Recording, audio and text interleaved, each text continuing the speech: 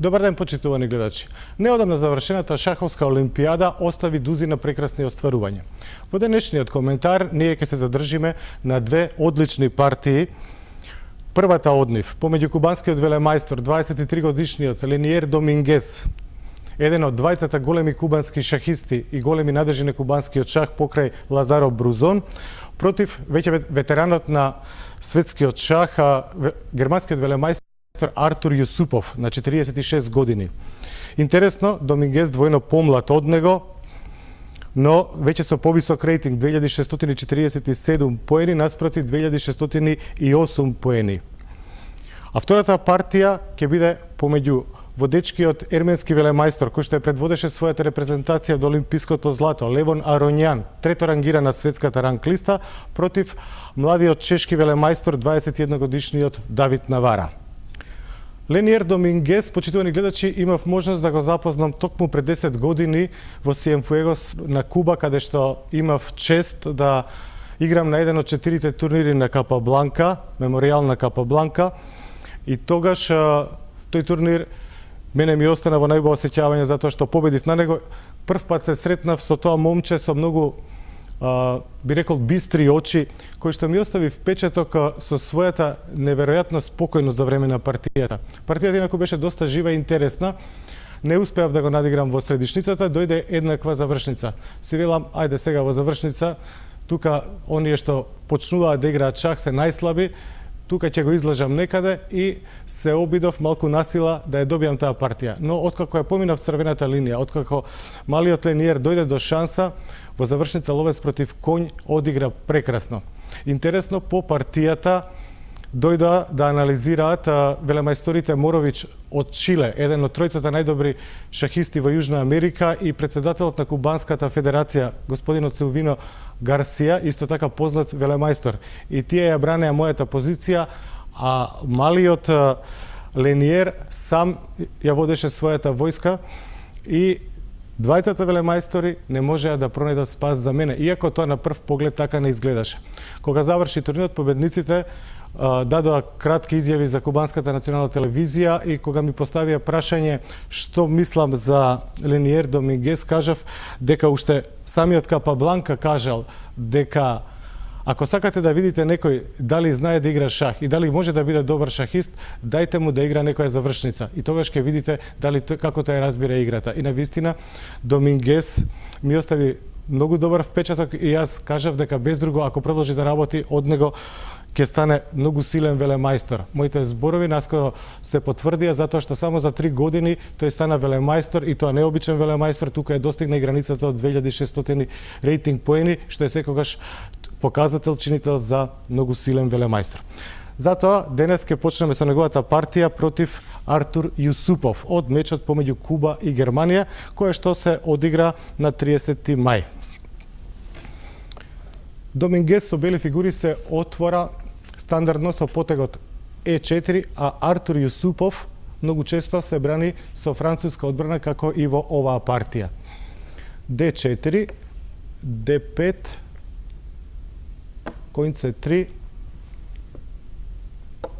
ловец Б4. Ловец Б4 прв пат го одиграл полскиот аматер, но и велемајстор Винавер на почетокот на 20-тиот век. Значи црниот се развива и веднаш врши притисок на точката Е4, белиот ја минува демаркационата линија Е5, а црниот веднаш го напаѓа белиот центар со С5. А3, ловецот носи на С3, Б зема на С3, коњ Е7. На највисоко ниво Ботвиник ја актуализираше оваа варијанта во француска одбрана. Тој на највисоко ниво ја бранеше оваа позиција, освен на шампионатите на тогашниот Советски сојуз и во мечевите за светски првак против Талј и против Смислов. И Талј, како и Домингес во оваа партија, веднаш доаѓа со дамата на Г4, затоа што сега по исчезнувањето на црнополниот ловец на црниот е ослабена значително точката G7. И затоа белиот веднаш напаѓа. Гледате, излегува веднаш со дамата, но ништо не може да се случи директно сега во центарот, затоа што тој е релативно затворен. Како сега црниот? Долго време се продолжуваше црниот со коњот Б на C6, па на дама G7, топ G8, дама H7, CD4, ги жртвуваше двата пешаци на кралското крило, за да го заслони кралот на другата страна и настануваат многу остри интересни позиции, но денес се смета дека црниот нема изедначување во таа линија. И се почесто во оваа ситуација се бира продолжението мала рокада. Така игра и Артур Јусупов. Артур Јусупов, кој што имаше добра шаховска кариера, која што се уште трае. 1977 година стана младински светски првак со одличен резултат 10,5 од 13. Значи тој бил младински светски првак пред Лениер Домингес и да се роди. По мала рокада белиот веднаш го носи ловецот на агресивна позиција на D3, од каде што цели кон црната рокада. Црниот исто така се развива, коњот Б на C6 и сега ловец G5. Тука и дама H5 е популарно предложение, но Домингес ловец G5. Белиот веќе конкретно почнува да се заканува. Тој сака да дојде со ловецот на F6, што би го приморало црниот да дојде со пешакот на G6 и по дама G5 и дама H6 црниот веднаш би бил матиран, затоа што на коњ F5, кој ќе заслони дамата, нели ловец F5 и дама G7 мат. Значи црниот мора да реагира на ловец G5, да се одврзе првенствено, за да го заштити својот крал со телото на својот коњ кој што треба да дојде на G6. И тој игра дама A5. Се одврзува патем и напаѓа на C3. Коњ E2. Се развива и брани. Сега, ако C4 да го избрка тој ловец, тогаш би следело ловец H7 шах и на крал H7 дама H4 шах и потоа ловец E7. И белиот би освоил пешак, за кој што црниот не би имал никаква компензација. Коњ G6, мала рокада, сега C4.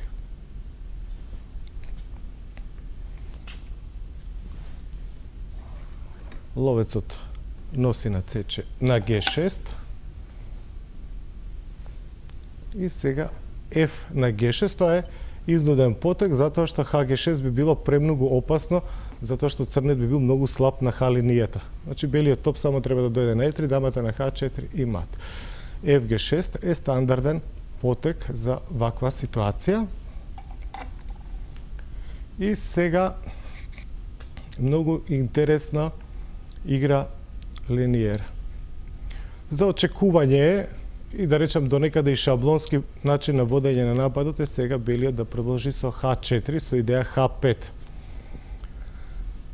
Веднаш да предизвика конфликт на кралското крило. И воопшто, кога некоја партија ќе заврши со убава комбинација, шаховскиот љубител секогаш се одушевува од таквите комбинации. Но затоа, за шаховскиот мајстор е многу поважно и тој внимателно следи како белиот го гради нападот, односно таа страна што напаѓа, што ќе направи комбинацијата, како се гради, како се доаѓа до таа позиција да стане зрела за комбинација. Да видиме како Лениер ќе ја води играта. Многу интересна партија и многу поучна. Тој не игра H4, туку игра A4. Зашто игра A4? Прво со тој потек ја ограничува дамата, која што често доаѓа на A4 да врши притисок на C2 и понатаму по потреба да дојде на E8 полето кое што е за неја најдобро, затоа што ова точка е многу чувствителна кај црниот.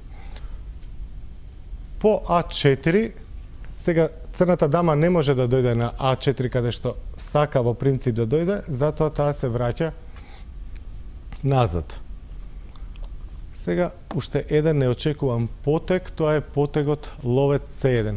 За мене A4 и ловец C1 беа главното изненадување и беше многу интересно да видам што белиот ќе сака. Се уште не се гледа јасно што му е точно целта и идејата. Дама F7, конј G3 него пушта на F5, ловец на D7,